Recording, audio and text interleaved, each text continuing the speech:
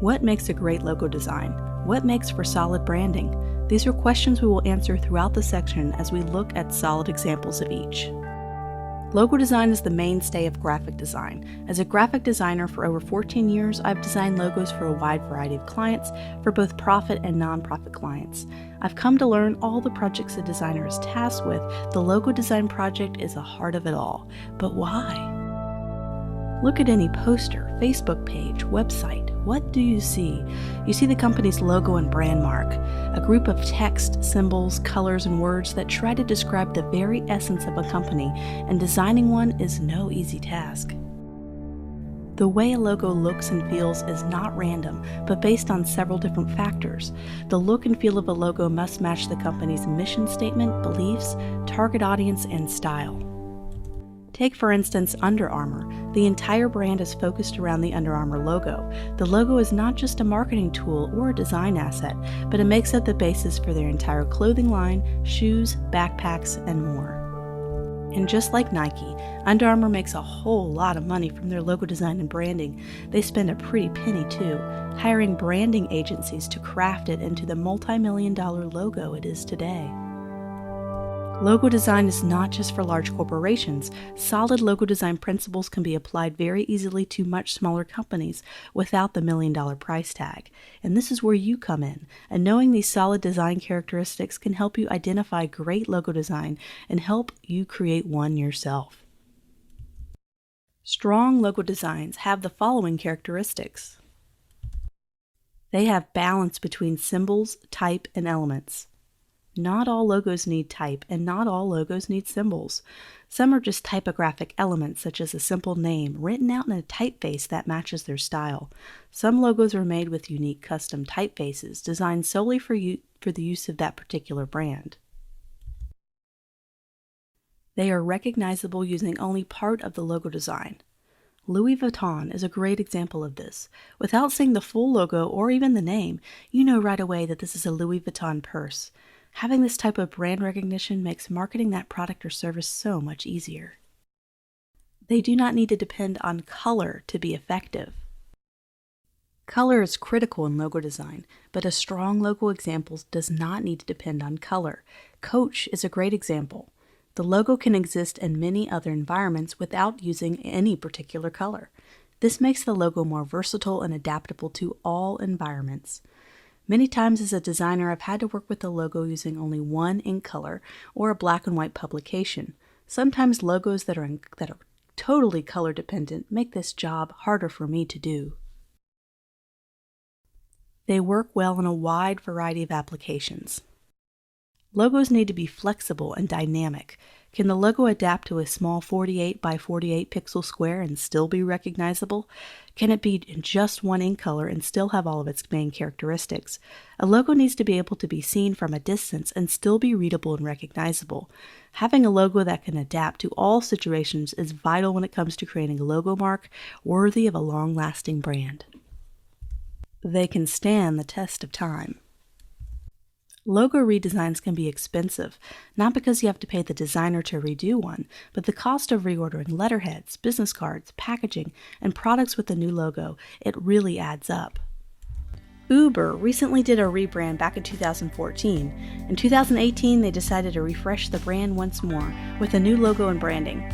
They now have to switch all of their print and their digital assets to the new branding and logo mark, a very expensive endeavor. Does it mean that the first Uber rebrand did not look great? Not really. It just means that Uber has evolved as a company. The logo and branding assets did not move along with it. Thus, the rebrand was necessary to keep up with its ever-changing vision.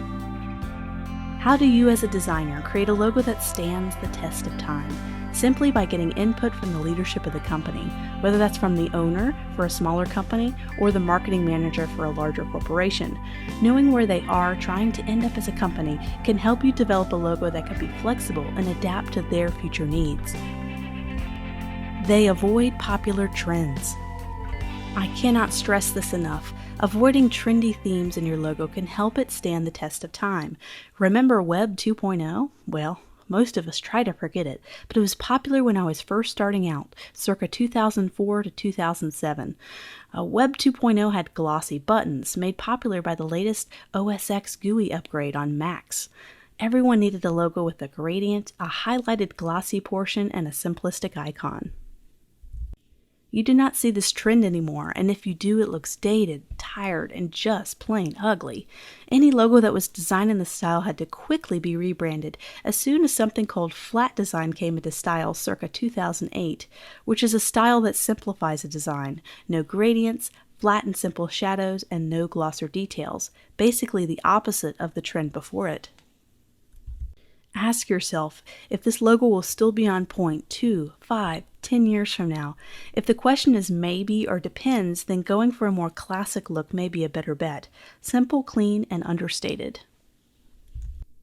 You see a lot of logos now that use gold, hand-drawn lettering, and lots of watercolor. Super cool and trendy now, but 5 years from now, probably not. Fight the urge to be trendy, but be classy instead. They use negative space to their advantage. Not a requirement for a great logo, but a wonderful design theme I see in strong logo designs. They are liked by the company's target demographic. When I think about this one, I think about Gap, a clothing store brand. They did a rebrand in 2010, making its logo more modern, using a sans serif instead of its classic serif typeface chosen for decades prior. There was such a backlash and hate for the new logo, they were forced to switch back to its original logo, and it was a very costly mistake. They underestimated how their target audience would react to their beloved brand changing in typeface and in style. Make sure your logo design will resonate with your company's target audience. Knowing your target audience is half the battle. Who are most of your customers? If you don't have any customers yet, who do you wish to sell to? Never fear social media and getting opinions about a logo design. It's better to get negative feedback earlier in the process so you can adapt and make changes before a final launch, before the logo has already been applied to hundreds of items and products. People can read the logo. Seems like a no-brainer characteristic to have. Duh! Everyone knows you should have a logo that's readable, but here lies the problem. You may have spent so much time with the design you may not have a fresh pair of eyes to see any of those issues. Make sure others can read it too. I see this problem a lot with script fonts and logos. Sometimes certain script characters do not flow well together, and it can make a logo very hard on the eyes to read, which leads us into the last characteristic in a great solid logo design. They are as unique as the company. Logos should be one of a kind. This is another reason why staying away from trendy design themes is important. You do not want to look like everybody else. The logo you are designing is like a snowflake. I see way too many logo redesigns look the same way, and I shake my head in disappointment when I see another rebrand that looks the same. These are just a few characteristics of strong logo designs I've noticed throughout the years of studying rebrands and logo designs. If you strive for just a few of these characteristics, you'll be well on your way for a logo that will work well for you or your client.